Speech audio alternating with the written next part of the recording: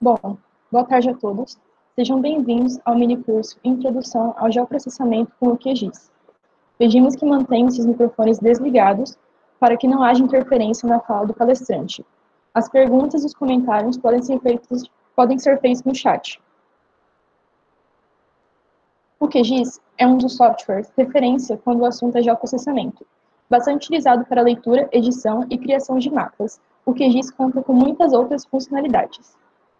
O minicurso será ministrado por Matheus Pereira, que possui graduação em Engenharia Ambiental pela Universidade Estadual Paulista, com experiência em licenciamento ambiental e outorgas de uso de recurso hídrico no estado de São Paulo, conhecimento e domínio de softwares de geoprocessamento e sensoramento remoto, bem como elaboração de plantas em rádio.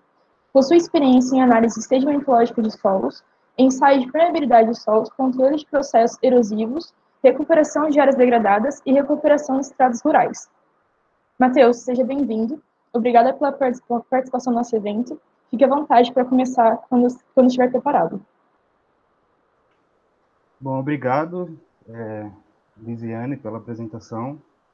Também quero agradecer o pessoal de toda a comissão pelo convite, por estar participando esse ano do CEALP. Já participei de diversos outros CEALPs, mas como organização, né? Então, estar participando agora como palestrante é bastante significativo para mim. Vou começar a transmitir minha tela e a gente conversa mais sobre como vai ser o andamento do minicurso.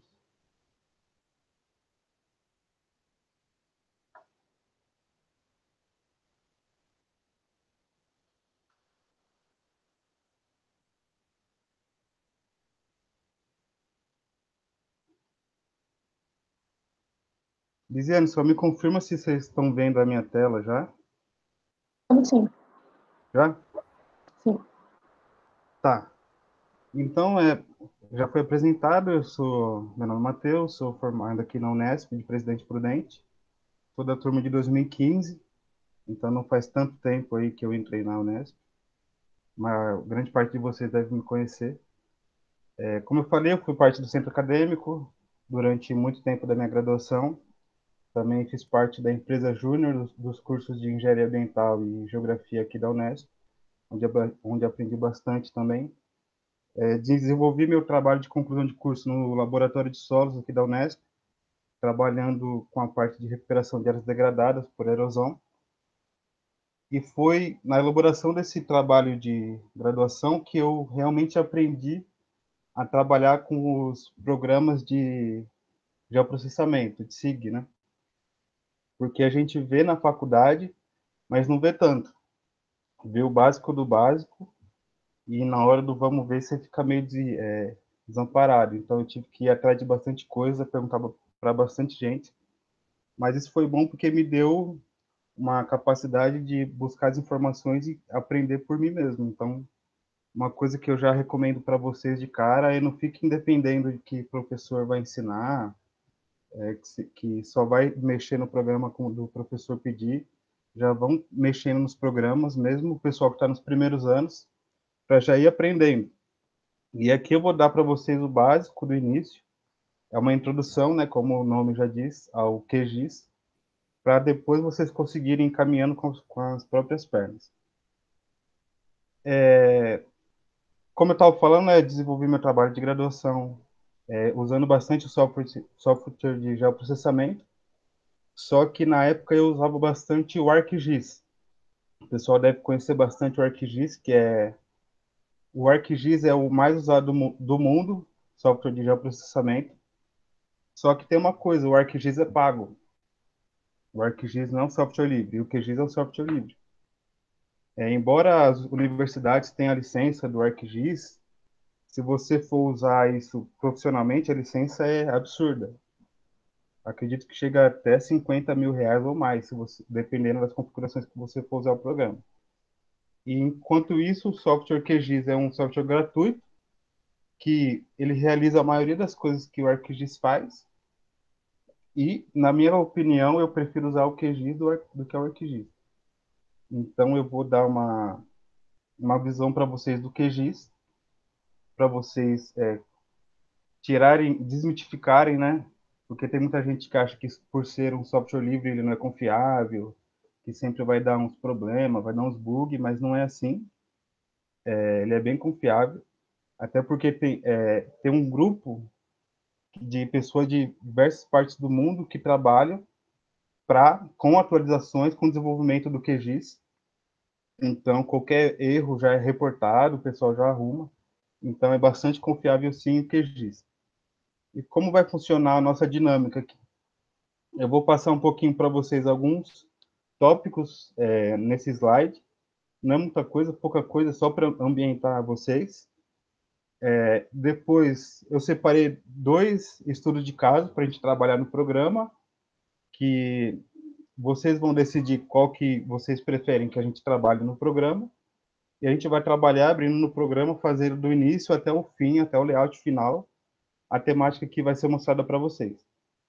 Então, se tiverem alguma pergunta, eu vou passar os slides. Depois dos slides, se quiserem fazer pergunta, eu respondo algumas. Se não tiverem pergunta, a gente vai direto para o programa. Então, começar aqui pelos primeiros slides. Uma coisa que eu não comentei, né? Das funcionalidades do QGIS. Para que a gente usa o QGIS? Principalmente quando onde é importante. Então, eu pelo menos estava vendo o mini curso do professor sobre licenciamento ambiental. O licenciamento ambiental é importante onde você quer licenciar, né? Qual bioma que você está, se é uma área de preservação permanente ou não. Então, na maioria dos processos de licenciamento ambiental, precisam ter cartografias que informem para o órgão ambiental onde você está localizado, se vai ter intervenção em APP ou não, etc. Vou mostrar para vocês alguns exemplos de mapas que eu já fiz e comentar um pouco com vocês. Esse aqui era para uma intervenção em área de preservação permanente, que eu participei de um processo de licenciamento de uma área de campo para um município aqui do estado de São Paulo, que ele pediu para fazer um mapa informando a ocupação do solo ao redor do empreendimento e também com as curvas de nível. Então, esse mapa foi todo feito no QGIS. Geralmente, o pessoal faz o projeto no AutoCAD, desenha. Você tem que pegar esse projeto, enviar para o QGIS, vetorizar ele e depois começar a delimitar o uso e ocupação do solo.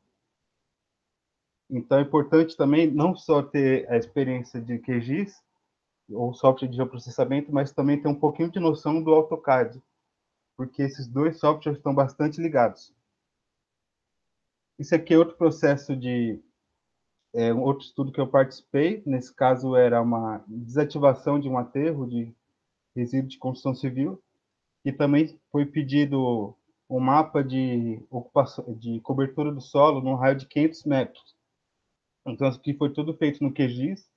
Então, desde a delimitação desse raio de 500 metros até a vetorização dos usos, a delimitação de hidrografia, as curvas de níveis, tudo feito no QGIS.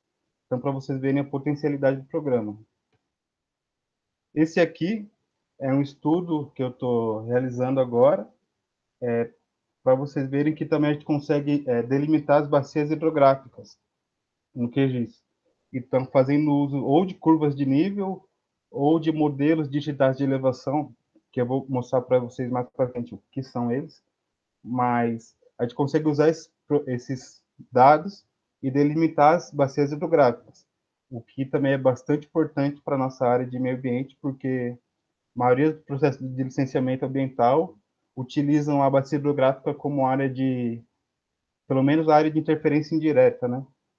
Então é bastante importante você saber delimitar a bacia hidrográfica e saber qual bacia hidrográfica você está situado naquele empreendimento, ou até mesmo no estudo que você esteja fazendo. E outra coisa que a gente consegue fazer é pegar uma imagem de satélite, um dado multiespectral, como a palestrante de hoje cedo comentou, né, do sensoriamento remoto. Você consegue falar para o programa que uma classe de pixel pertence à área urbana, outra classe de pixel pertence à vegetação, outra classe pertence à pastagem, por aí vai. e o programa ele entende isso e realiza uma série de algoritmos para classificar a imagem conforme essas informações que você deu para ele. Então, isso se chama classificação supervisionada, onde você informa o programa o que é cada classe na imagem de satélite, e ele vai realizar uma série de cálculos para classificar essa imagem conforme essa atribuição que você deu para ele.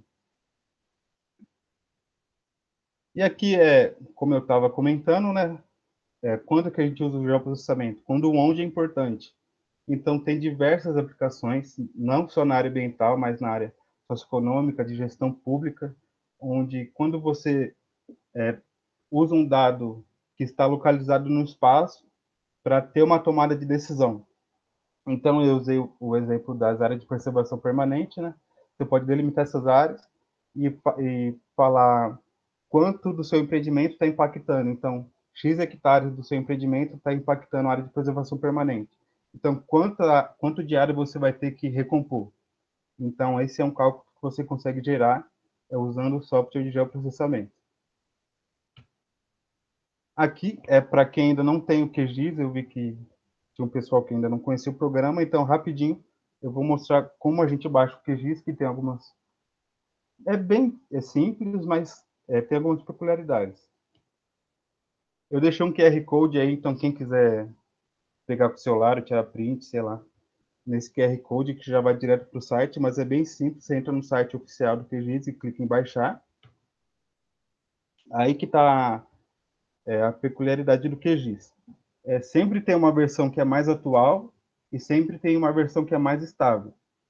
Se você não quiser baixar, se quiser baixar uma versão mais antigona, você pode baixar também. Eu recomendo baixar sempre que é mais estável. E por que tem essas duas opções? Porque, como eu falei, o QGIS está sempre em desenvolvimento, várias pessoas ao redor do mundo ajudando a programar o software, e a versão mais recente, a gente pode falar que é para o pessoal mais entusiasta, então que quer testar as coisas novas, quer ver como é que está o programa, mas geralmente a versão mais atual tem mais problemas, então vai dar alguns errinhos, vai fechar do nada, então geralmente a mais estável é a que o pessoal recomenda usar. Está na 3.10 a mais estável, então se forem baixar, baixem essa versão que vai rodar sem problemas. Quando vocês baixarem, vai vir na pasta que vocês escolherem. A instalação é bem intuitiva, pelo menos até onde eu sei, o QGIS não tem aquilo de sair clicando e começar a aparecer um monte de barra no seu navegador, não. Mas vão lendo o que vocês estão aceitando, mas é bem tranquilo. E vão aparecer esses programas aqui todos. O que a gente vai utilizar na maioria das vezes é esse QGIS Desktop.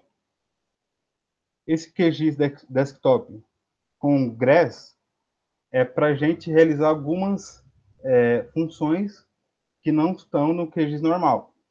Então, eu uso essa ferramenta basicamente para trabalhar com bacias hidrográficas, como eu comentei para vocês anteriormente. Então, eu uso algumas ferramentas do GRESS para delimitar as bacias hidrográficas. Mas essas funções são um pouquinho mais complexas, não são difíceis, mas para quem não sabe de nada pode parecer meio difícil, mas quem tiver interesse, só jogar QGIS, GRESS, delimitação bacia hidrográfica no YouTube, que vai aparecer como faz. Os principais tipos de dados que a gente trabalha com o QGIS: dados vetoriais e dados matriciais.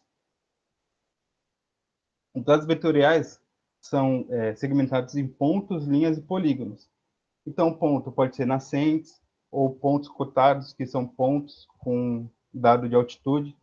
A linha pode ser hidrografia ou curva de nível. Polígonos pode ser o limite do município, as próprias bacias hidrográficas, as classes de cobertura do solo, aí vai. E os dados matriciais, que geralmente são dados rasters, são as imagens de satélite, os modelos digitais de elevação, mapas hipossométricos, clinográficos e por aí vai também. Aqui alguns exemplos, então, o polígono, que é o limite da bacia hidrográfica, a linha, que é a hidrografia, e o raster, que é a imagem de satélite. E uma coisa que é importante comentar também é que quando a gente trabalha com shapefile, não é só um arquivinho que vai estar lá no nosso computador. Então, geralmente o pessoal até se assusta quando não conhece, mas quando a gente trabalha com shapefile, ele gera vários arquivos para um shapefile só. Eu não lembro se eu comentei, mas shapefile é o tipo de arquivo vetorial. Então, se você criar um polígono no QGIS, ele vai criar um arquivo shapefile. Nesse arquivo shapefile vão ter vários arquivos. Vai ter um .shp, que é a geometria, vai ter um .shx, que é um vínculo entre o SHP e o DBF, e o DBF vai ser a tabela de atributos. Por que tabela de atributos? Porque todo o arquivo vetorial, todo arquivo shape, ele tem consigo uma tabela de atributos. Ou seja, você pode gerar uma tabela de atributos falando o nome de cada polígono, ou um número de altitude, ou qualquer outro valor que você pode impor aquela camada de polígono, você pode colocar através da tabela de atributos. E aqui os arquivos facultativos estão .cpg, QPJ e PRJ. O PRJ ele informa o sistema de projeção de coordenadas e o datum, que também é bastante importante, eu vou dar uma ênfase para vocês quando a gente estiver mexendo no programa. Então, para mostrar para vocês um exemplo, então, se vocês estiverem trabalhando com arquivos, vocês não podem apagar de jeito nenhum os arquivos que compõem o shape. Senão, quando você for abrir no programa, vai dar problema. E aqui é uma parte muito importante, que é onde encontrar dados para os projetos. Que, pelo menos que eu vejo, é uma coisa que o pessoal tem bastante dúvida, onde encontrar os dados. Então, eu vou trazer alguns exemplos para vocês, não são todos, mas os exemplos que eu mais uso, eu coloquei aqui. O site do IBGE, acredito que seja onde tem uma maior quantidade de dados gratuitos. Tem muita coisa lá no site do IBGE. Essa é a interface do site do IBGE. Vai ter logo em cima ali, do lado de estatísticas, vai ter geociências. Na parte de geociências, ele vai te dar todo esse leque de opções. Eu recomendo clicar ali em downloads, que fica mais organizadinho. Então tá aí o link do QR Code, se vocês escanearem, vai dar direto nesse site do IBGE. Como vocês verem, tem bastante informação, tem informações ambientais, organização do território, produtos educacionais. Eu recomendo fortemente que entre nesses dados aqui e baixem tudo que vocês acharem necessário. Tem informações de biomas, clima, geologia, geomorfologia. Baixem tudo, criem uma pasta chamada banco de dados e deixem tudo guardado lá. Porque uma hora que vocês precisarem dessas informações, você já tem ali. Então, por exemplo, se alguma hora vocês recebem uma coordenada de um ponto e você não sabe nada desse lugar, você pega lá, coloca o ponto no QGIS, abre essa base de dados que você vai saber o bioma que está inserido, como que é o clima, a geomorfologia, geologia. Então, eu recomendo fortemente que baixem e deixem guardado no computador de vocês. Aqui eu deixei um exemplo como a gente baixa lá esses arquivos. Então, aqui é um exemplo para baixar a malha dos municípios, o limite dos municípios, né, de São Paulo. Então, você clica em malhas territoriais, ele vai abrir uma pasta, vai ter malha de setores censitários e malhas municipais. Essa malha de setores censitários vai ser as informações de área urbana, área rural, área urbana com alta densidade de aglomerações, com baixa densidade, núcleos urbanos.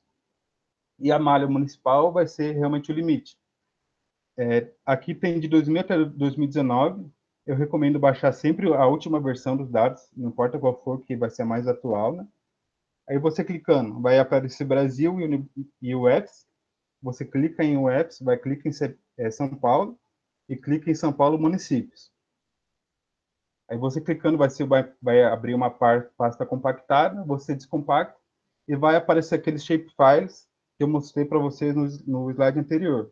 Esse conjunto de arquivos vai ser o seu dado de limite dos municípios do estado de São Paulo. Um lugar bastante importante para conseguir dado, que eu vejo que muita gente não sabe usar, é o site do SICAR, do Sistema de Cadastro Ambiental Rural. Nesse site, a gente consegue realizar uma consulta e baixar todas as limites das propriedades que estão cadastradas no CAR. Então, você baixando, você seleciona o seu município e baixa. Você consegue baixar todas as propriedades que estão presentes no CAR. Então, por exemplo, você quer fazer um trabalho, eu vou dar até um exemplo que eu utilizei quando a gente estava fazendo a disciplina de operação de áreas degradadas, que tem no quinto ano da engenharia ambiental, que era para fazer um trabalho de recuperação ambiental de algumas propriedades de Anhumas. A gente ia fazer um trabalho de campo para ver como é que estava a propriedade e tudo mais. E o meu grupo usou desse site aqui do CAR para baixar o limite da propriedade. Então, antes de todo mundo saber ir para campo, a gente já tinha o limite da propriedade, a gente já tinha delimitado ali a hidrografia da propriedade, tudo isso antes de ir para campo.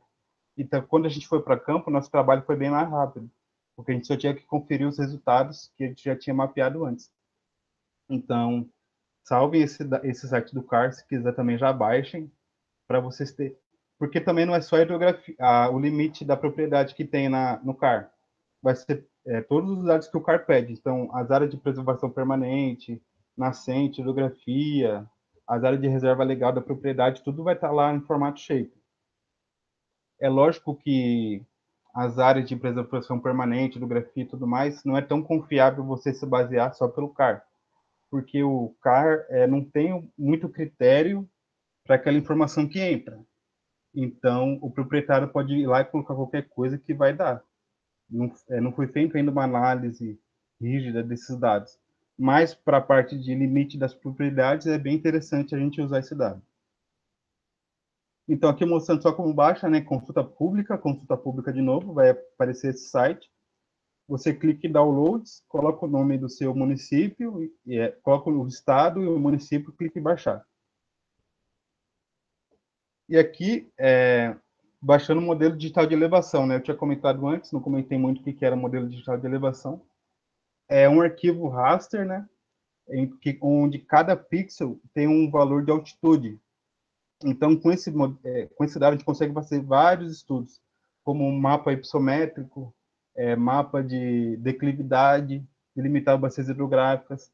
A gente pode delimitar hidrografia, a hidrografia numérica, né, que falam, que é o caminho preferencial da água. Então, a gente consegue fazendo isso, a gente consegue ter uma noção de como é a hidrografia do local.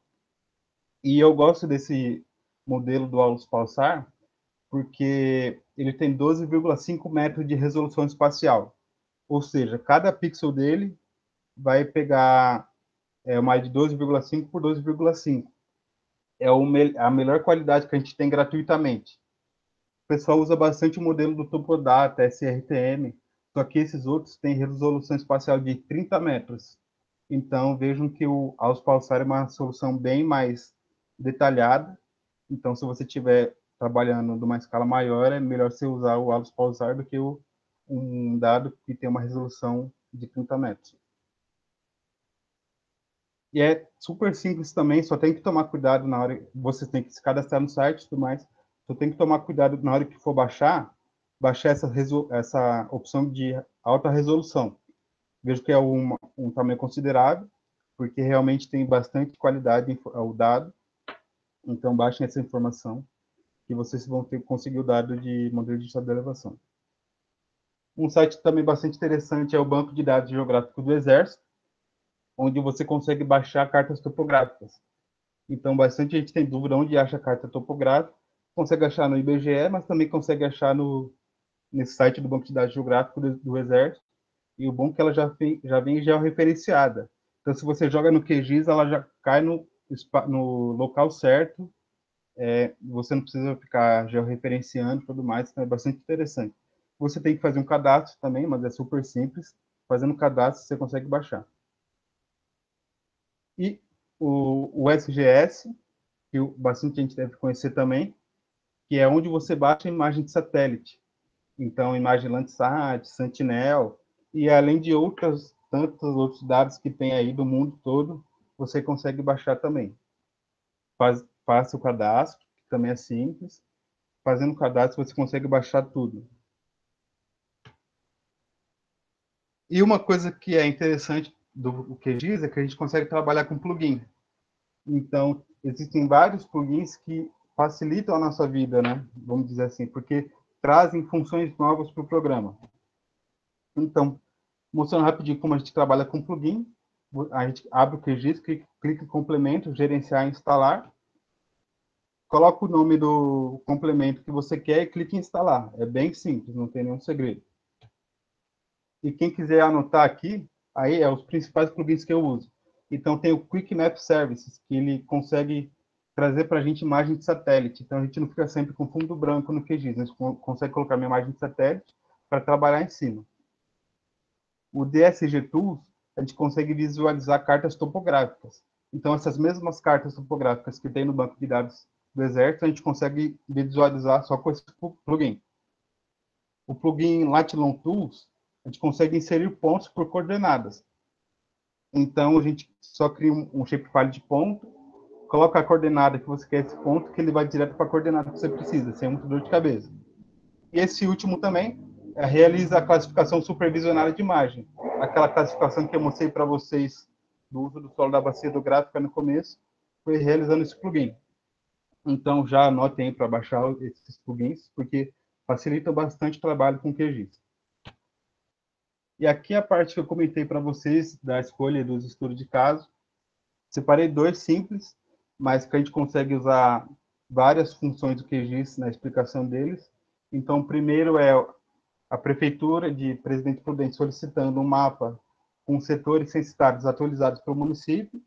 E a segunda opção é delimitar as áreas de preservação permanente de uma propriedade rural que eu tracei ali no olho, então uma propriedade rural fictícia.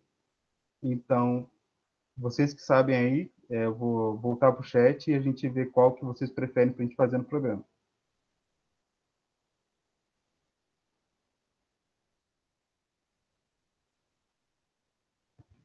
E aí, pessoal? A gente vai ter que ter uma mediação dos resultados aqui.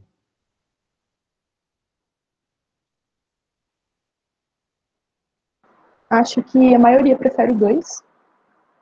2. Vocês têm alguma pergunta, pessoal?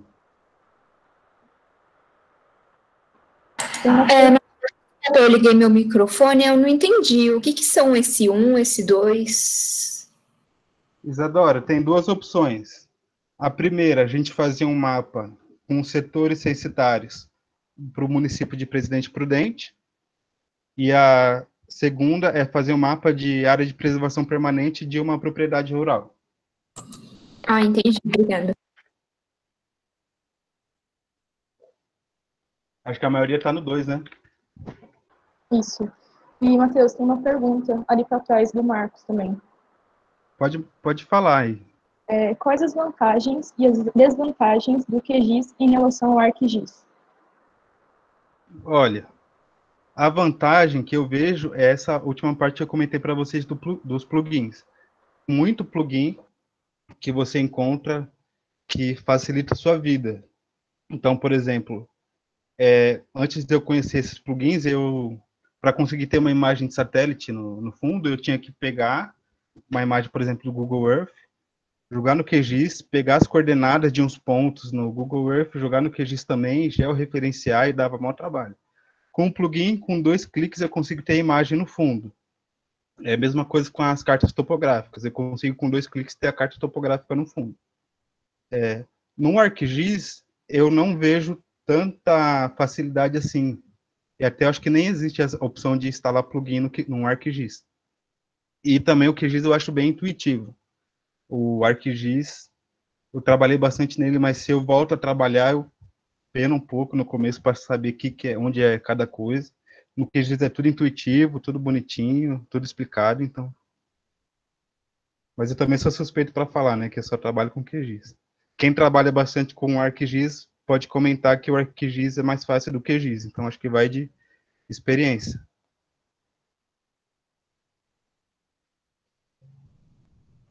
Acho que era só essa mesmo. A gente pode ir para o programa, então? Pode.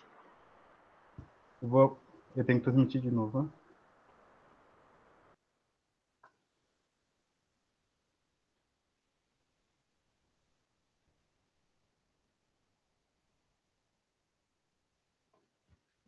Confirma aí se está aparecendo. Tá sim. Tá? Sim. Pessoal, então, vocês vão abrir o QGIS. Depende muito se você já trabalhou no QGIS ou não, como vai ser essa primeira tela inicial, mas não importa muito também. O menu superior aqui, ele é bem segmentado, né? Então, se você clica aqui em projeto, você consegue iniciar um novo projeto, salvar o projeto. Aqui embaixo tem a parte de layout de impressão que a gente vai ver mais para o final. Então, para começar, a gente vem em projeto novo, que ele vai criar um novo projeto. Deixa eu ver que eu posso mostrar mais aqui, a parte de... Bom, aqui a gente vai ter essa tela em branco. Aqui embaixo, você vai ver a parte de coordenada, que é onde o mouse está inserido, vai mostrar a coordenada dele, a escala que você está trabalhando, e aqui você pode rotacionar o mapa, tudo mais, mas também não é muito utilizado. Aqui na parte EPSG é muito importante a atenção de vocês, porque é o EPSG que vai definir o sistema de projeção e o datum que a gente vai usar no programa, no nosso projeto. Então, se a gente clicar nele, ele vai vir por padrão sempre nesse 4326. E uma coisa também é que cada EPSG tem um número. Você pode ou decorar esse número ou decorar o nome. Eu nunca decoro o número, então sempre vou pelo nome, mas vai de cada um. Uma coisa que é importante comentar é que todos os nossos arquivos têm que estar no mesmo sistema de projeção, porque senão quando a gente for fazer algum processo nesses arquivos, me fugiu a palavra, mas alguma interferência nesses arquivos, vai dar problema se tiver dois arquivos em projeção diferente. O sistema de projeção oficial do Brasil é o CIRCAS 2000. O Datum CIRCAS 2000, sistema de projeção TM. Então, vamos trabalhar com ele. E como a gente vai trabalhar com delimitação de área de preservação permanente, a gente vai ter que calcular quanto de área tem de preservação, né? Então a gente tem que usar uma coordenada plana. Não pode ser uma coordenada geográfica. Porque senão a gente perde esse dado de área, né? Tem que ser uma coordenada que tenha informação de metros. Então a gente coloca aqui em cima, CIRCAS 2000. A gente vai trabalhar com Presidente Prudente, então Presidente Prudente está no fuso 22. Então, CIRCAS 2022 Sul. Para quem é novo, está nos primeiros anos, pode ser um pouco complicado isso aqui, até porque não teve disciplinas de cartografia e tudo mais, mas confia no que eu estou falando, então. Não é um bicho de sete cabeças, é só você conseguir saber qual datum que você está trabalhando, qual sistema de projeção e onde você está localizado. Se você clica aqui no CIRCAS 2000, Zona 22 Sul, vai aparecer um feixe vermelho aqui mostrando onde essa zona pega. Então, você pode até conferir mais ou menos se está certo ou não. Então, você dá um clique, já vai mudar aqui o EPSG, você dá um OK. Para a gente inserir um arquivo no programa, como eu falei para vocês, eu delimitei no olho ali uma propriedade rural, só para a gente conseguir trabalhar, então essa propriedade não existe, tá? Só para deixar claro. A gente tem esse menu esquerdo aqui. Se não estiver aparecendo para vocês, também tem aqui em cima, ó. Mas geralmente aqui esse símbolo, ó, nova camada shapefile. Clica nela.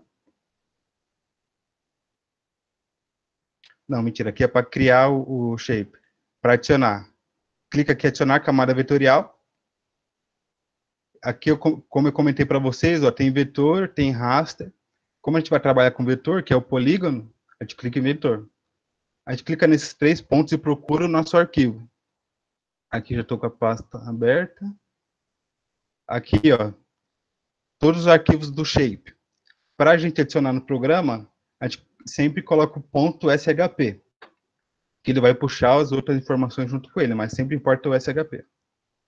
Adiciona. Pronto, já apareceu aqui no nosso plano de informação. A gente vai colocar uma imagem de fundo para saber onde a gente está localizado aqui, né?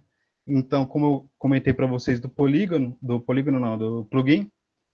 tem o plugin Quick Map Services, quando você instala ele, vai aparecer essa opção web para vocês. Se você clica nela, vai aparecer embaixo Quick Map Services, e tem toda essa gama de opções para você colocar. Então, tem imagem Google, NASA, Esri, Bing. Eu sempre uso o Google, porque é o que a gente está mais acostumado, né? Então, Google Satélite, ó, Google, depois Google Satélite. Apareceu onde está localizado na imagem. E uma coisa importante do QGIS, e também de outros softwares de geoprocessamento, é que a ordem que aparece as informações aqui na parte de camadas importa. Então, se eu colocar a propriedade, clicar e arrastar para baixo da imagem de satélite, ela vai sumir, porque ela ficou embaixo da imagem de satélite, então não vai aparecer. Então, se eu jogo para cima, ela vai aparecer. Se eu clico nela com o botão direito, vou em propriedades, vai aparecer essa opção aqui, ó. Aqui em informação eu consigo ver o sistema de projeção dele, então a gente vê que está Siga 2000, zona 22 sul. Aqui em simbologia eu consigo mudar a cor do polígono. Mas como é o limite da propriedade, né, eu vou deixar ele sem preenchimento e só com as linhas. Então eu clico em preenchimento simples. Cor do preenchimento, eu clico nessa setinha aqui do lado, preenchimento transparente. Aqui na cor do traço vai ser a cor das margens. Então, eu sempre coloco um vermelho para destacar.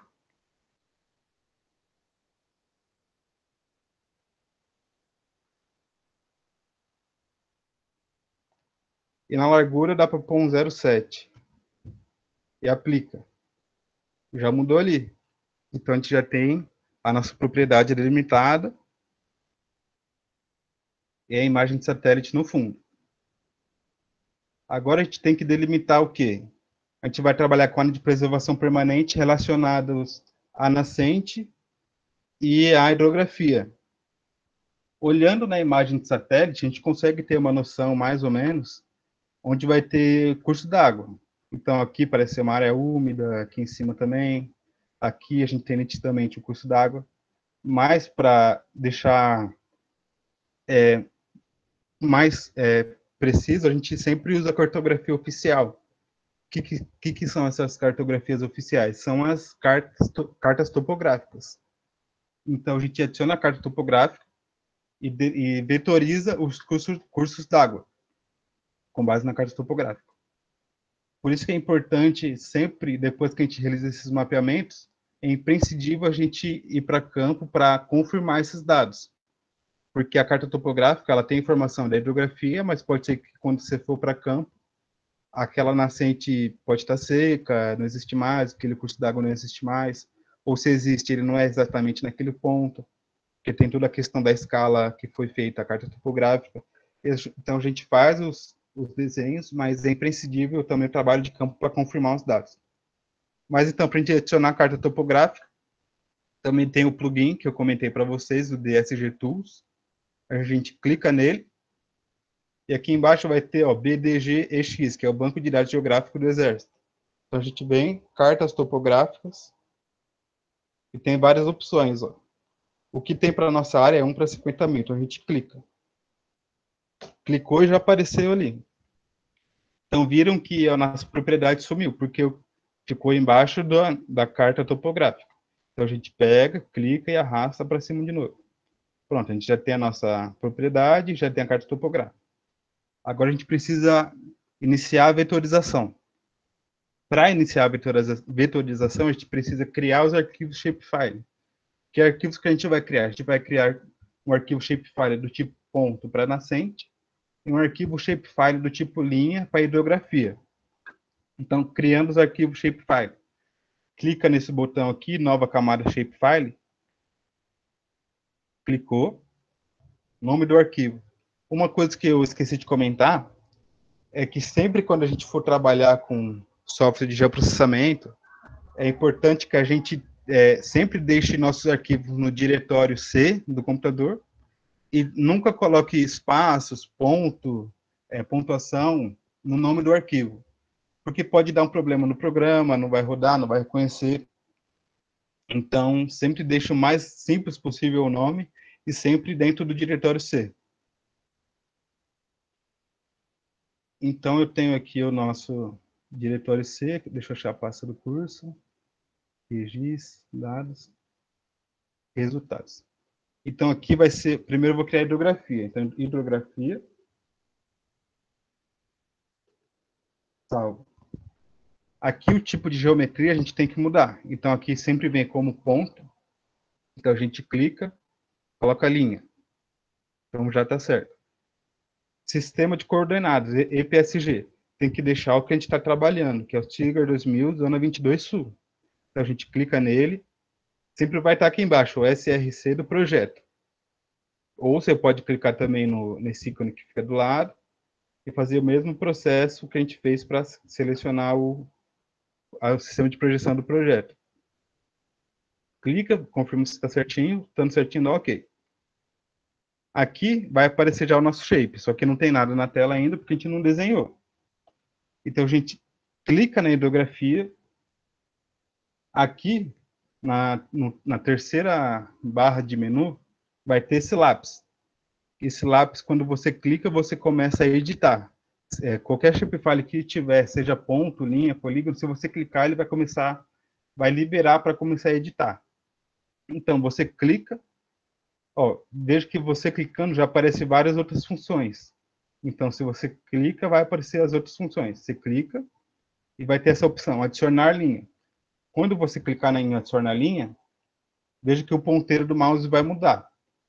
O ponteiro do mouse mudando é porque qualquer lugar que você clicar, ele vai começar a desenhar a linha. Se você errar a linha, você pode apertar delete, que ele vai apagando. Vai apagando, vai apagando, vai apagando. Entenderam? Para parar de desenhar, clica com o botão direito. Uma ferramenta que é própria do QGIS, que auxilia também na criação dos shapes, é essa ferramenta de aderência. Então, para vocês, não deve estar aparecendo essa ferramenta de aderência, mas você clica com o botão direito em qualquer parte desse menu superior, vai aparecer ferramenta de aderência, em algum canto aqui. Você clica e vai habilitar essa opção. O que essa opção faz? Quando ela chega próxima a uma linha que já está desenhada, ela vai puxar automaticamente o seu vetor para essa linha, então não vai ter falhas no desenho. Eu vou fazer aqui, acho que vai ficar mais claro para vocês verem. Então, já cliquei na ferramenta de adicionar linha, e eu vou basicamente desenhando em cima do desenho da carta topográfica. Então, eu posso dar um zoom.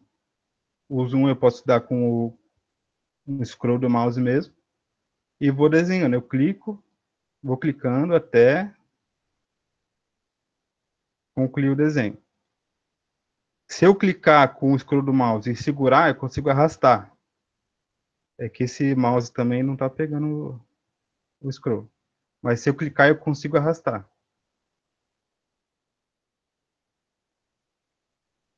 Aqui eu não vou ficar fazendo tão certinho, porque também nosso objetivo é só para mostrar para vocês.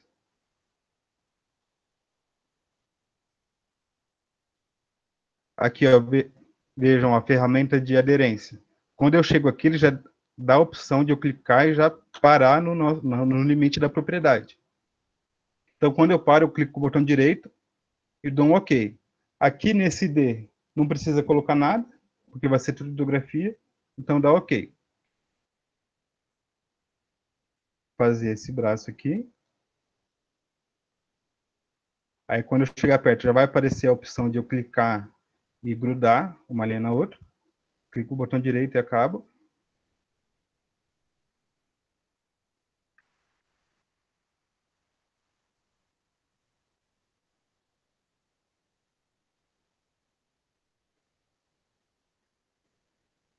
É importante pegar também esse córrego que passa aqui embaixo, no limite da propriedade. Não está pegando água dentro da propriedade, mas a área de preservação permanente dele vai afetar na propriedade.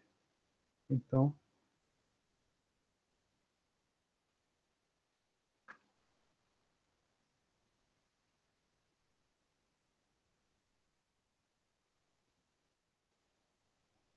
quando eu dou OK, quando eu termino de desenhar, eu clico no lápis de novo e salvo. Se eu não fizer isso, eu perco tudo que eu fiz. Então, eu clico e salvo. Salvei o shape já. Então, eu posso desabilitar a carta topográfica.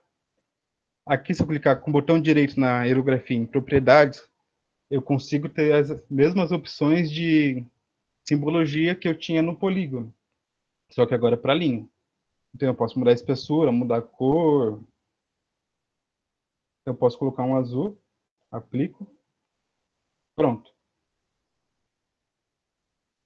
Temos a hidrografia. Agora vamos adicionar nascentes. Então eu crio um novo shape, agora com o nome de nascentes.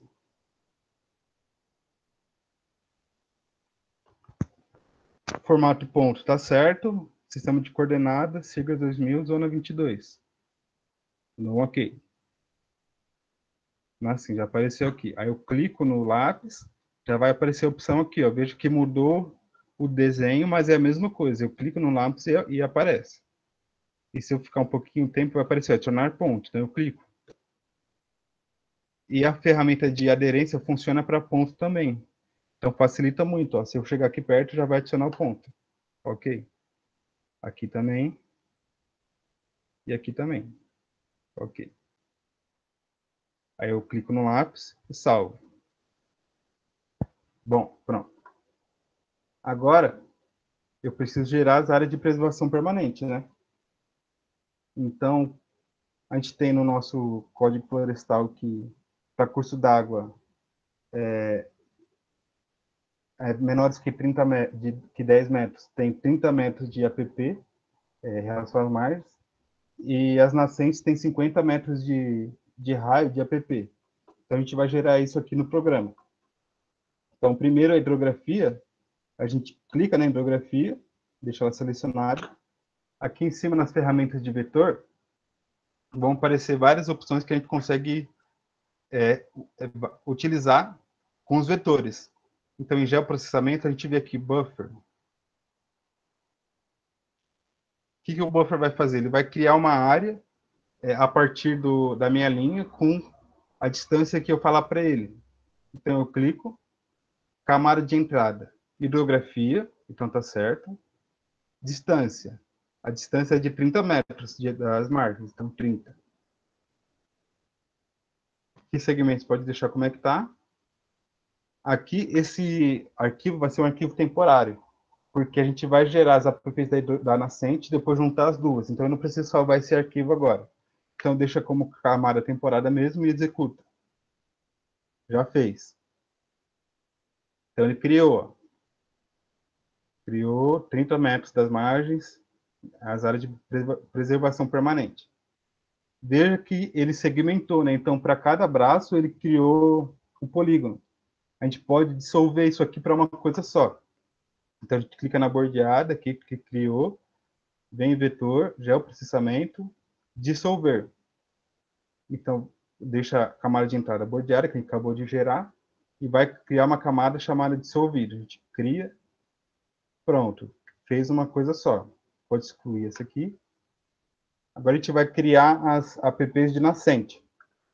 Deixa selecionada a nascente, clique em vetor, geoprocessamento, buffer de novo. Camada de entrada nascente, tá certo. Distância, agora é um raio de 50 metros.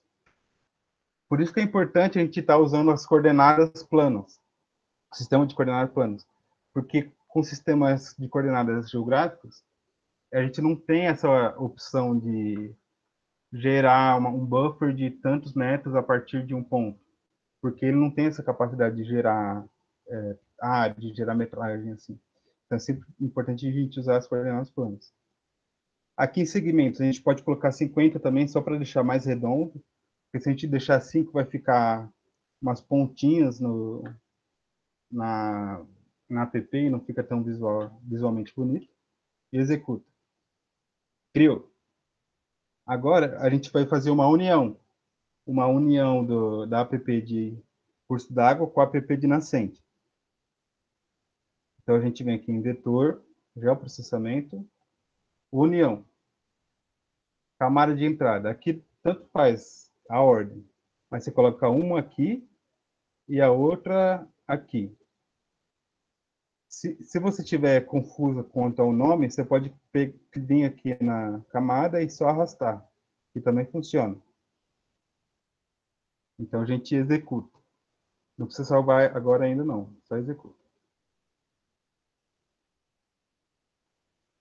Pode excluir o que a gente usa. Vejam que a união também criou dois segmentos, então a gente pode dar um dissolver também nessa.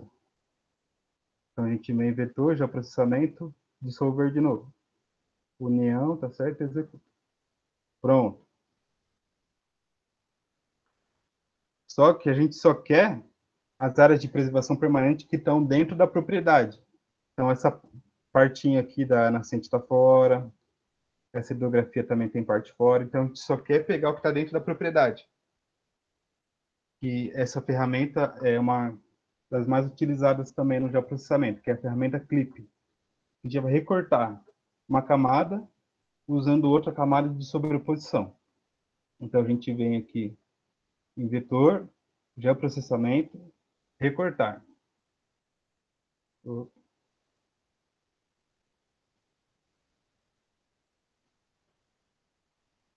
Pessoal, também, se vocês não souberem, for difícil guardar o que cada ferramenta faz, sempre aqui do lado direito vai ter um resuminho do que a ferramenta faz. Então, por exemplo, aqui está escrito: algoritmo captura camada vetorial usando feições de camada adicional de polígonos. Somente as partes da camada de feições da camada de entrada que se enquadram nos polígonos da camada de sobreposição serão adicionadas à camada resultante. Ou seja, camada de sobreposição é o polígono, então é a propriedade, e a camada de entrada é a nossa app. Executa.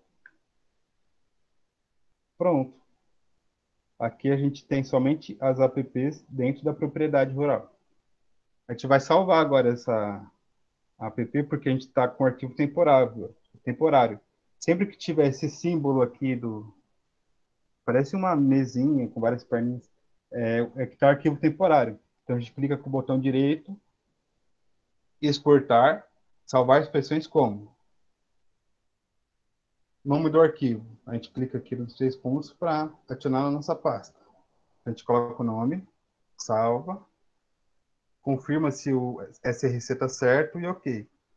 Pronto, já salvou. Pronto. Agora a gente quer saber a extensão dessas áreas de preservação. Ou seja, quantos hectares existem de área de preservação permanente. E também é interessante a gente saber quantos hectares tem na propriedade total. A gente vai fazer isso. Clica com o botão direito primeiro na propriedade, para a gente ver quanto de área ela tem. Clica com o botão direito, abrir tabela de atributos. Aqui eu até já tinha feito, esqueci do que eu já tinha feito, eu vou fazer de novo para vocês. A gente clica no lápis, então a mesma coisa. Quando a gente clica no lápis, a gente começa a editar. A gente clica no lápis, vou deixar maior aqui. Aqui em cima vai ter um ícone de calculadora. A gente clica nele, vai aparecer essa tela.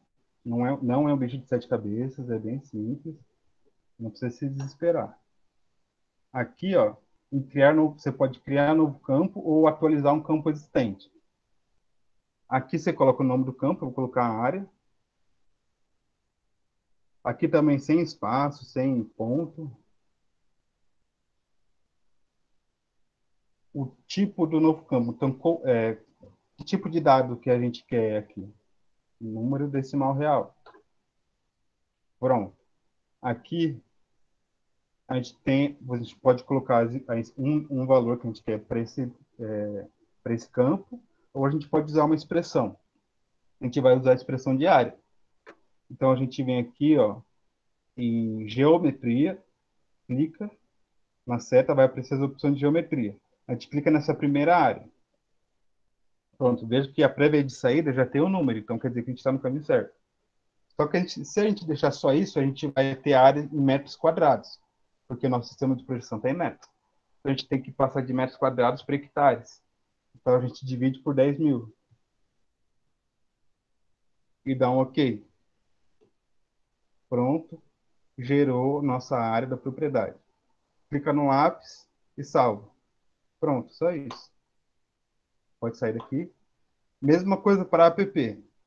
Clica nela, botão direito, abrir tabela de atributos. Clica no lápis, calculadora, coloca o nome do campo, o tipo do dado, então, decimal real, a expressão de área, então a gente vem geometria, área, e divide por 10.000. Então a gente tem que 20 hectares são de área de preservação permanente, nesse estudo que a gente fez. Então, X. Pronto. Aqui a gente pode mudar a simbologia da app também para ficar mais visual. A gente pode deixar um rachurado aqui, então a gente clica aqui em sólido, tem a opção aqui ó, de rachura, de cruz, deixar esse diagonal aqui em verde, para ver como é que fica.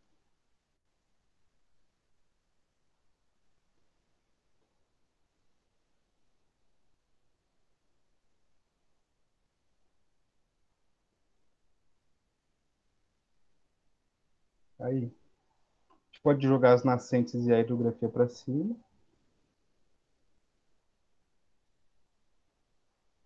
E a gente pode criar o nosso mapa já, o layout do nosso mapa. E para criar o layout do nosso mapa, a gente vem em projeto. Aqui embaixo vai ter novo layout de impressão. Clica nele. Aqui a gente pode dar um nome, se não quiser dar um nome, só dá um OK. Aqui vai aparecer a nossa folha. Se a gente clicar com o botão direito em propriedades da página, a gente pode mudar o tamanho da nossa folha. Pode colocar A1, A3, A2, A4 é a folha sulfite normal. Vamos usar A4. Pronto. Na parte esquerda aqui, ó, a gente tem as opções de selecionar, movimentar, e tem essa opção aqui do mapa, adicionar novo mapa ao compositor. Se a gente clica, vai mudar o nosso ponteiro. Se a gente clicar e arrastar, já vai deixar onde a gente quer o nosso mapa. Então, deixem mais ou menos, isso aqui pode ser mudado depois, só mais ou menos onde vocês querem. E a parte do mapa, pessoal, tem gente que demora muito tempo nessa parte, mas porque quer deixar tudo certinho, tudo alinhadinho, tudo bonitinho, mas não tem muita regra, não. Se você colocar as informações necessárias no mapa, não importa muito como você coloca as informações, mas só importa que estejam lá. Se a gente clica nessa opção aqui, ó, onde tem as setinhas azuis, você consegue mover o conteúdo do mapa. Ó. Move para deixar mais enquadrado do jeito que você quer. Se a gente clica nele, a gente tem as opções aqui, ó, de escala. Ó, a gente pode deixar uma escala mais redonda, então 14.000. A gente vai mudando, ver o que fica melhor. Ó, 12.000, cortou um pouco, né? Não, ó, para 12.000 ficou bom. Então, aqui a escala é sempre 1 para o valor que você coloca. Então, coloquei um 12.000, coloquei 12.000, então a escala vai ficar 1 para 12.000. Pronto, certo? Aqui embaixo, então, clicando ainda no mapa, aqui embaixo vai ter a opção de grade, que é a grade de coordenada que a gente sempre coloca nos mapas. Então, a gente adiciona nova grade, clica e modifica a grade. Tipo de grade é sólida, você pode mudar para sólida, cruz, marcadores, aí da sua escolha. Intervalo. Então, de quanto em quantos metros vai aparecer uma grade. Aí também é teste. Você vai colocando o valor lá, se ficar muito poluído, você tira, se ficar pouca grade, você coloca mais. Vamos colocar 500 metros, só para mostrar para vocês como é que fica. 500 metros, eu achei que ficou muito. Vou colocar cada 1 quilômetro, cada 1.000 metros. Achei que ficou melhor. Então, cada 1.000 metros aqui também. Bom, aqui, no estilo da linha, eu sempre deixo, eu clico aqui e deixo um pouco transparente, para não atrapalhar muito o mapa. Mas aí também é questão de gosto. A parte da moldura, Eu sempre também coloco linha interior, para ele mostrar os risquinhos de cada grade. E aqui é importante a gente marcar, desenhar coordenadas. Desenhando coordenadas, e vai aparecer as coordenadas aqui. Vejam que no lado esquerdo e direito está passando da folha. Então, a gente vem aqui à esquerda, onde está horizontal, a gente coloca vertical ascendente, para ficar em pé. Direita, a mesma coisa. Pode mudar a fonte também, colocar sempre um Arial, negrito. E a precisão da coordenada, eu vou dar um zoom aqui para vocês. Vou dar um zoom aqui para vocês. Ó, ele está com os 3 zeros depois do ponto. A gente não precisa disso. Então, na precisão de coordenada,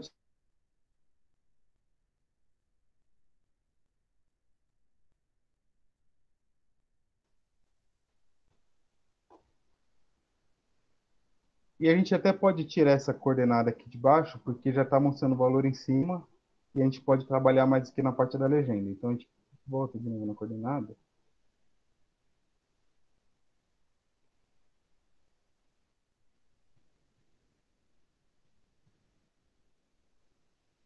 Na base, a gente coloca desabilitado. Pronto.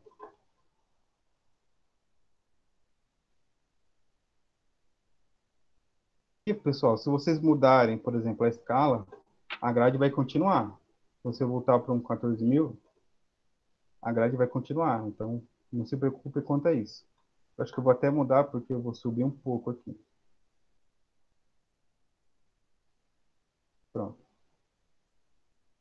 Aqui a gente coloca agora o nosso norte.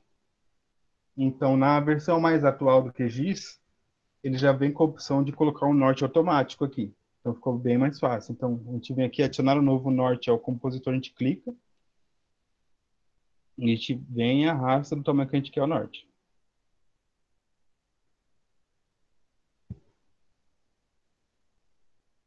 Aí, agora a gente coloca a nossa barra de escala. Clica aqui e coloca também. Se acharem que ficou ruim a visualização, vocês podem, com a barra selecionada, clicar, vir aqui embaixo, colocar um plano de fundo, uma moldura, se quiserem. Eu acho que eu vou usar toda a extensão do mapa aqui, porque acho que vai ficar melhor. Então, conforme eu falei, como a grade muda conforme a escala, a barra também vai mudar. Então, só para mostrar para vocês, ó, se eu mudar aqui, a barra vai mudar também. Então, não se preocupe, uma vez que você coloca, ela já vai mudando.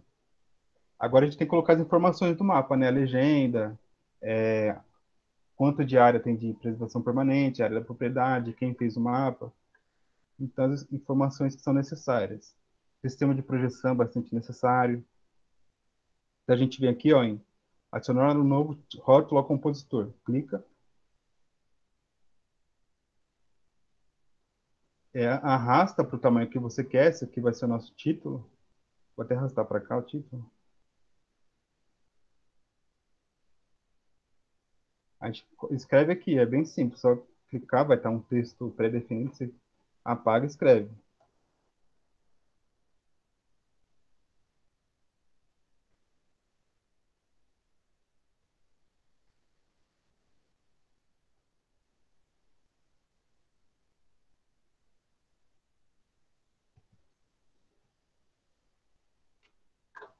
Na aparência, a gente consegue mudar a fonte. Então, com o Arial também, para deixar padrão. Dá para deixar negrito, aumentar a letra.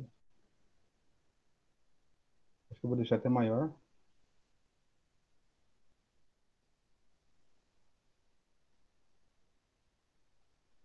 Aqui, alinhamento horizontal. Se a gente deixar sempre no meio, é deixar sempre no centro da caixa que você delimitou ali. Então, é meio que a opção de centralizar, né? Então, se você deixar sempre no meio, vai dar sempre centralizado. A gente consegue colocar um plano de fundo e moldura. Bom. E a gente pode vir aqui também, ó, legendas. Clica, adiciona a legenda, arrasta também. Só que vejo que ele colocou um monte de coisa que a gente não quer e também com nome que a gente não quer. A gente consegue mudar isso. Primeiro a gente vem no título, escreve legenda, ou informações do mapa, sei lá, um nome que seja apropriado. E aqui, onde tem a opção de atualização automática, a gente desmarca. Desmarcou, a gente consegue pegar, apagar, mudar o nome. Então a gente clica 2 vezes e deixa o nome mais bonitinho. Aqui pode deixar espaço, pode deixar ponto. Aqui pode ser o jeito que quiser. App vou deixar. Dissolvido, a gente não tá no mapa, tirar. Limite da propriedade. Dissolvido também, pode tirar tudo. Tipo, pode mudar a fonte também dos arquivos de legenda, né? Então aqui, ó, a gente desce um pouco, tem as fontes de formatação, coluna, símbolo, espaçamento. Você vai vir aqui em fonte. Fonte do título. Colocar Arial também, para deixar padrão. Negrito também. E fonte dos itens. No Arial. Pode deixar a moldura também. Aí vocês veem o melhor lugar para deixar a legenda. Como eu falei, isso aqui é questão agora de estética. Informações do sistema de projeção. Uma coisa que eu esqueci, né, de colocar era informação de área.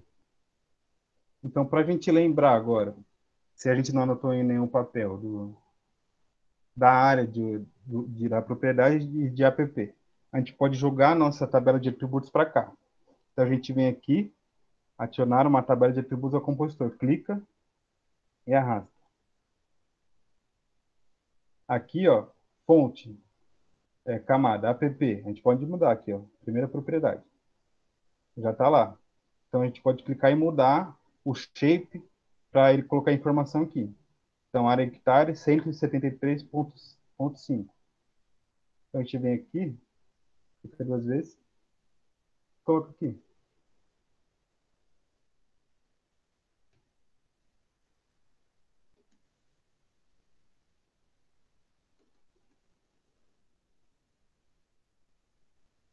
Opa.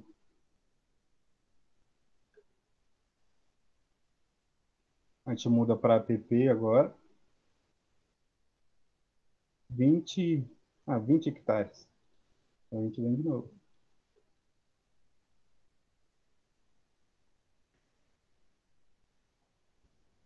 Aí depois, se for o caso, a gente pode até jogar esses dados para o Excel e fazer a porcentagem de app que tem na propriedade e outro tipo de cálculo que for conveniente.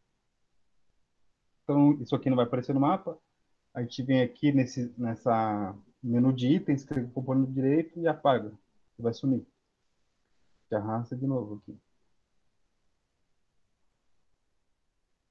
Aqui, então vamos fazer outro tipo de texto. Arrastar. Eu acho que eu vou deixar a legenda desse lado. A gente coloca elaboração, então quem fez o projeto, o ano.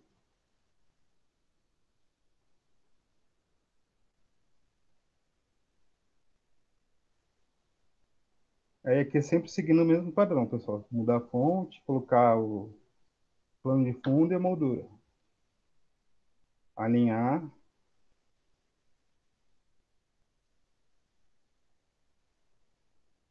Se a gente der um zoom, a gente consegue deixar alinhado também com a legenda. A gente já pode colocar sistema de projeção.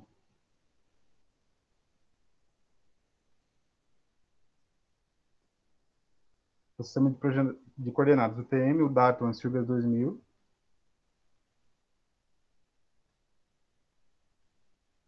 E o fuso é o 22 sul.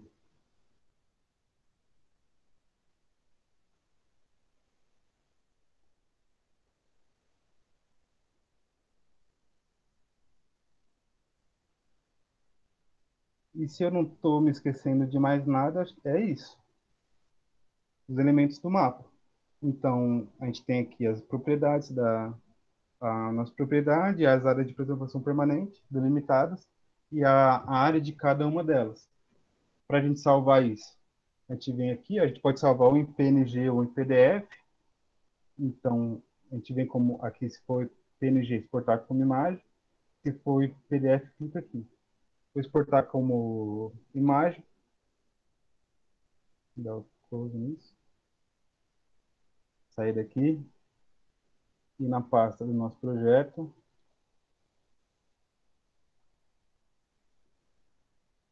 Resultados. A gente pode mudar aqui o nome.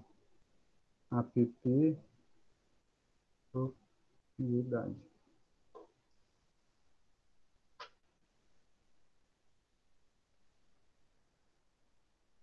Ele vai salvar. Dando esse resultadinho assim, verde, ele vai salvar. Então, já salvou.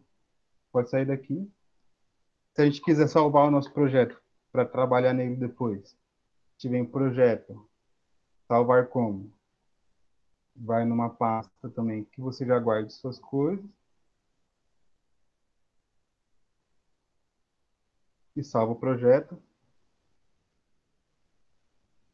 Então, sempre que você for salvar projeto, shape, sempre sem espaço, sempre sem pontuação e sempre no disco local C, porque senão pode ser que dê alguns bugs. Salvo. Isso aqui também não é só com o QGIS não, viu, pessoal? O ArcGIS também, se não fizer isso, ele vai dar problema.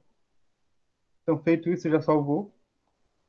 Todos esses shapes que não estão com esse símbolo de camada temporária já estão atualizados. Então, se eu venho aqui na hidrografia, fizer alguma coisa nela, clicar no lápis, salvar, já vai atualizar lá no nosso arquivo shape, eu não preciso ficar exportando. Então, esse é o bom do QGIS, você não precisa, só precisa exportar uma vez, salvou, então todas as informações que você faz e salva, ele já salva automático. Então, a gente só vai confirmar aqui se salvou o nosso mapa.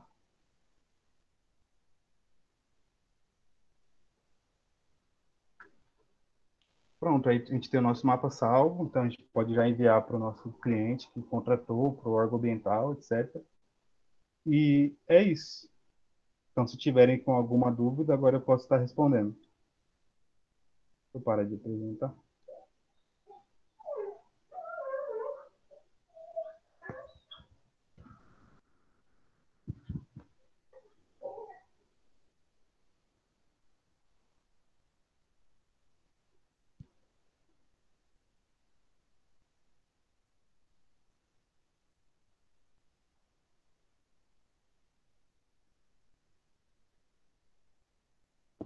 Roberta, deixa eu ver sua pergunta.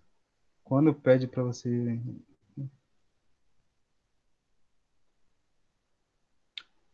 Então, depende do projeto, né? Eu mostrei para vocês uns projetos que eu participei,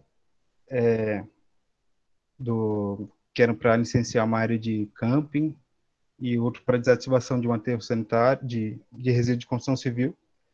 Geralmente eles vão te dar ou o desenho, então, como eu falei, algum projetista faz o desenho no AutoCAD e te manda. Então, você tem que vetorizar o desenho, jogar torcer para o desenho estar georreferenciado, porque eu também já peguei desenho que não estava georreferenciado, eu tive que georreferenciar todo, então dá um trabalhão. Então, torcer para o desenho estar georreferenciado, você joga no QGIS, pega, por isso que é importante ter um pouquinho de conhecimento do AutoCAD, porque você vai saber quais camadas do desenho é importante para você, o resto você joga fora. Então, você usa só as camadas do desenho que é importante para você, vetoriza, e, por exemplo, você pode jogar em cima desse mapa de área de app e fazer o recorte, só que aquele recorte que eu fiz de definir a app dentro da propriedade, eu posso recortar e colocar a área do projeto dentro da app. Aí depois eu posso pegar essa área e ver quanto de área tem que vai ser impactada dentro de app. Aí com essa área eu vejo, tem uns X hectares de impacto em app, eu vou ter que restaurar tantos outros X. Então essa é a ideia. Então geralmente vai ter para você ou a delimitação do vetor já da área que você vai trabalhar ou o desenho. Sem nada é muito difícil. Aí você tem que ir atrás de tudo.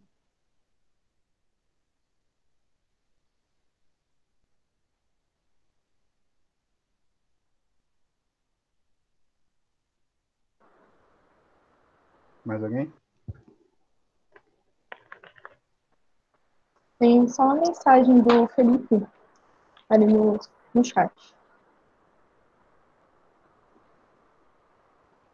Valeu, Nassif. Tamo junto. Felipe aí, para quem não conhece, trabalhou comigo também no centro acadêmico, foi da minha turma.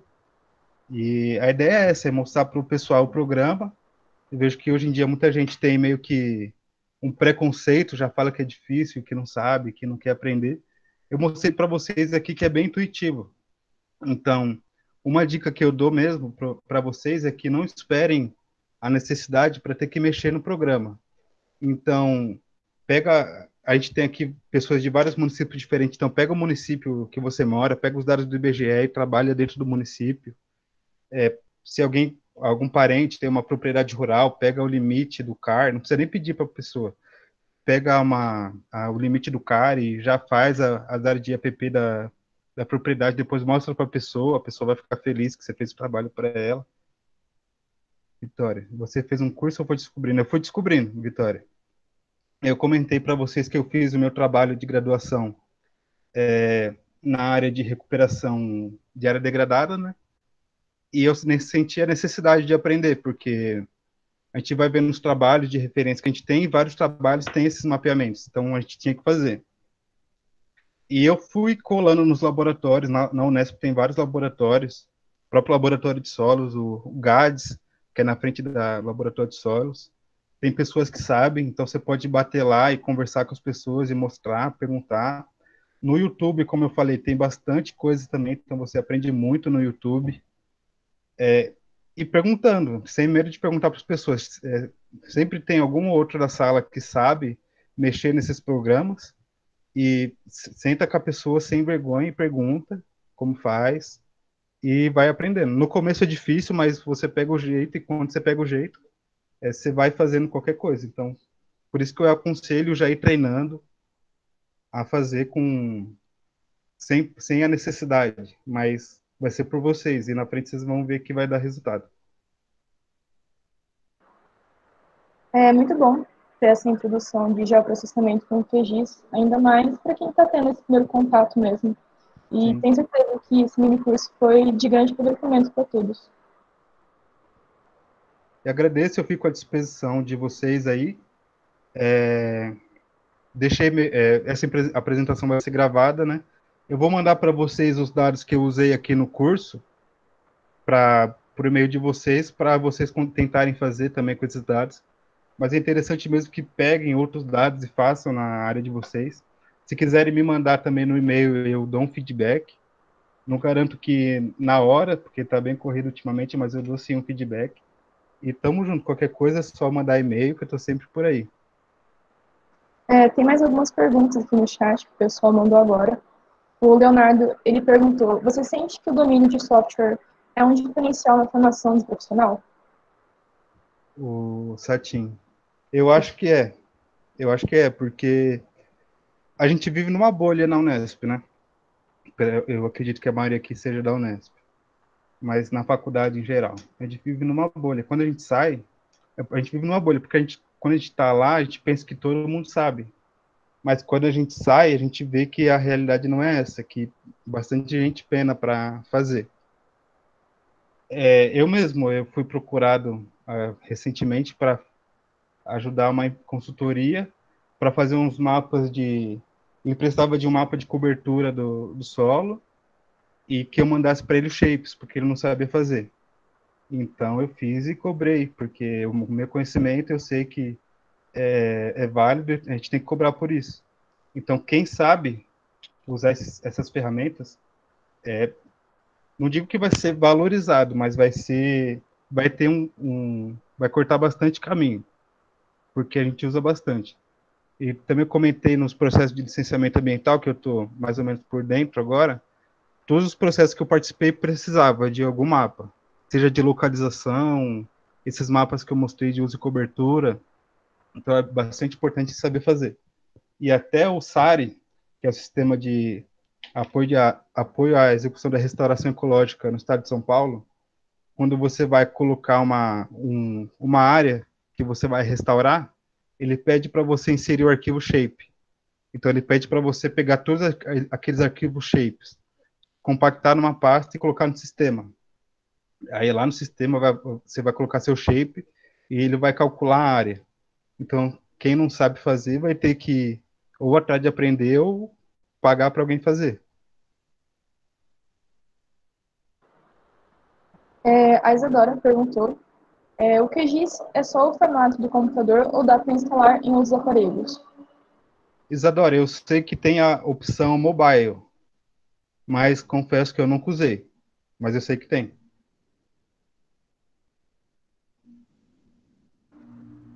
Certo, acho que agora acabaram as perguntas realmente. Bom, Matheus, obrigado novamente pela participação. Encerramos assim um mini curso sobre introdução ao geoprocessamento no QGIS. E lembrando que quem optou pelo certificado e ainda não efetuou o pagamento, pode estar entrando em contato com qualquer um dos números que eu enviei aqui no chat. E amanhã de manhã teremos palestras com os temas logística reversa e compensação ambiental, bem como plástico, solução ou vilão. E para assistir, é só acompanhar o canal do Centro Acadêmico lá no YouTube, com início às 9 horas da manhã. Valeu, pessoal. Tamo junto.